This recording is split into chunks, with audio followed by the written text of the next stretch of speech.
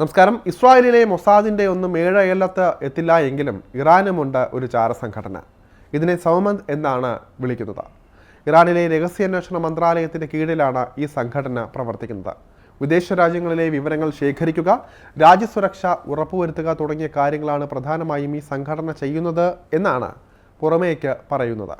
പക്ഷേ ലോകവ്യാപകമായി ഇസ്ലാമിക ഭീകരവാദികൾക്ക് ഒത്താശ ചെയ്യുകയാണ് ഇവർ ചെയ്യുന്നത്. ഇസ്രായേലിനെ നടുക്കിയ മ്യൂണിക് കൂട്ടക്കൊലയ്ക്കും എൻഡേബ തട്ടിക്കൊണ്ടുപോകലിനുമെല്ലാം സഹായം ചെയ്തവരിൽ ഇറാൻ്റെ കില്ലർ സ്ക്വാഡുകളും ഉണ്ടായിരുന്നുവെന്ന് നേരത്തെ വാർത്തകൾ വന്നിരുന്നു.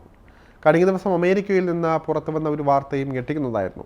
തീവ്രവാദ ആക്രമണ സംശയത്തെ തുടർന്ന് 11 ഇറാനിയൻ പൗരന്മാർ US-ൽ അറസ്റ്റിലായിരിക്കുകയാണ് എന്നായിരുന്നു വാർത്ത. US-ലെ 8 സംസ്ഥാനങ്ങളിൽ നിന്നുള്ള ഇറാനിയൻ പൗരന്മാരെയാണ് US immigration and customs enforcement arrest ചെയ്തത്. ഇവരിൽ ഒരാൾ ഇറാൻ്റെ ഇസ്ലാമിക് റവല്യൂഷണറി ഗാർഡ് കോർപ്സിൻ്റെ അതായത് IRGCയുടെ സ്നൈപ്പർ ആയിരുന്നുവെന്നാണ് പ്രമുഖ മാധ്യമമായ ന്യൂസ് വീക്ക് റിപ്പോർട്ട് ചെയ്യുന്നത്. ഇതാണ് ഇറാൻ കില്ലർ സ്ക്വാഡാണോ ഈ സംഘമെന്ന് സംശയം ഉയർത്തിയത്. അറസ്റ്റിലായ മറ്റുള്ളവർ ഗുരുതരമായ ക്രിമിനൽ കുറ്റങ്ങളാണ് നേരിടുന്നത്. മറിച്ച് മയക്കുമരുന്ന് കൈവശം വയ്ക്കൽ, മോഷണം, ആയുധക്കടത്ത് എന്നിവയാണവ. ഇവർക്കും തീവ്രവാദ സംഘടനകളുമായി ബന്ധമുണ്ട് എന്നും സംശയിക്കുന്നുണ്ട്. അമേരിക്കയും ഇറാനും തമ്മിലുള്ള സംഘർഷം അതിൻ്റെ ഉച്ചസ്ഥായിയിൽ എത്തിയിരിക്കുന്ന സമയത്താണ് ഈ ഇറാനികളുടെ അറസ്റ്റും. ഇറാൻ ഇസ്രായേൽ സംഘർഷം, ആണവ പദ്ധതികളെക്കുറിച്ചുള്ള പാശ്ചാത്യ ആശങ്കകൾ, സമീപകാല സൈബർ ആക്രമണങ്ങൾ എന്നിവ ഇരു രാജ്യങ്ങളും തമ്മിലുള്ള അവിശ്വാസത്തിൻ്റെ ആഴം വർദ്ധിപ്പിച്ചിട്ടുണ്ട്. അത്തരമൊരു അന്തരീക്ഷത്തിൽ ഈ അറസ്റ്റുകളെ കുടിയേറ്റ നിയമങ്ങളുടെ ലംഘനമായി മാത്രം കാണാൻ കഴിയില്ല എന്ന് US അന്വേഷണ ഏജൻസികൾ പറഞ്ഞിരുന്നതാണ്. നേരത്തെ സൂചിപ്പിച്ചതുപോലെ തന്നെ ഈ അറസ്റ്റുകളിലെ ഏറ്റവും ആശങ്കാജനകമായ കാര്യം ഇവരിലൊരാൾ ഇറാനിയൻ സ്നൈപ്പർ ആയിരുന്നുവെന്നും മറ്റു ചിലരുടെ പേരുകൾ തീവ്രവാദ നിരീക്ഷണ പട്ടികയിൽ ഉൾപ്പെടുത്തിയിട്ടുണ്ട് എന്നുമാണ്.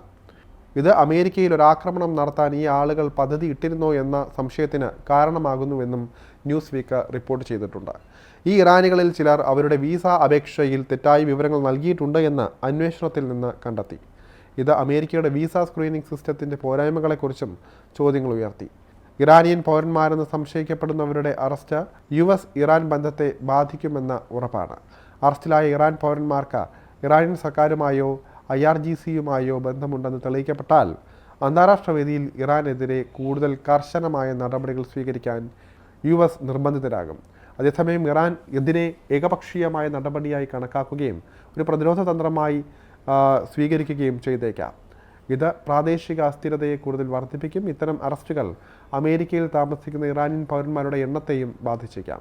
കൂടാതെ അറസ്റ്റിലായ ഈ വ്യക്തികൾ യഥാർത്ഥത്തിൽ കരാർ തൊഴിലാളികൾ ആണെന്ന് തെളിയിക്കപ്പെട്ടാൽ അത് അന്താരാഷ്ട്ര നിയമങ്ങളുടെയും പരമാധികാരത്തിൻ്റെയും ഗുരുതരമായ ലംഘനമായിട്ടായിരിക്കും കണക്കാക്കാൻ പോകുന്നത്. ഇത് US ഇറാൻ ബന്ധങ്ങളെ കൂടുതൽ വഷളാക്കുക മാത്രമല്ല, ആഗോള സുരക്ഷയുടെയും നയതന്ത്രത്തിൻ്റെയും കാര്യത്തിൽ ഗുരുതരമായ സൂചന നൽകുകയും ചെയ്യുമെന്നാണ് ന്യൂസ് വീക്ക് അടക്കമുള്ള മാധ്യമങ്ങൾ റിപ്പോർട്ട് ചെയ്തത്. അമേരിക്കയിൽ വന്നത് ഇറാൻ കില്ലർ സ്ക്വാഡ് ആണെന്നതിന് ഇപ്പോഴും കൃത്യമായ തെളിവില്ല.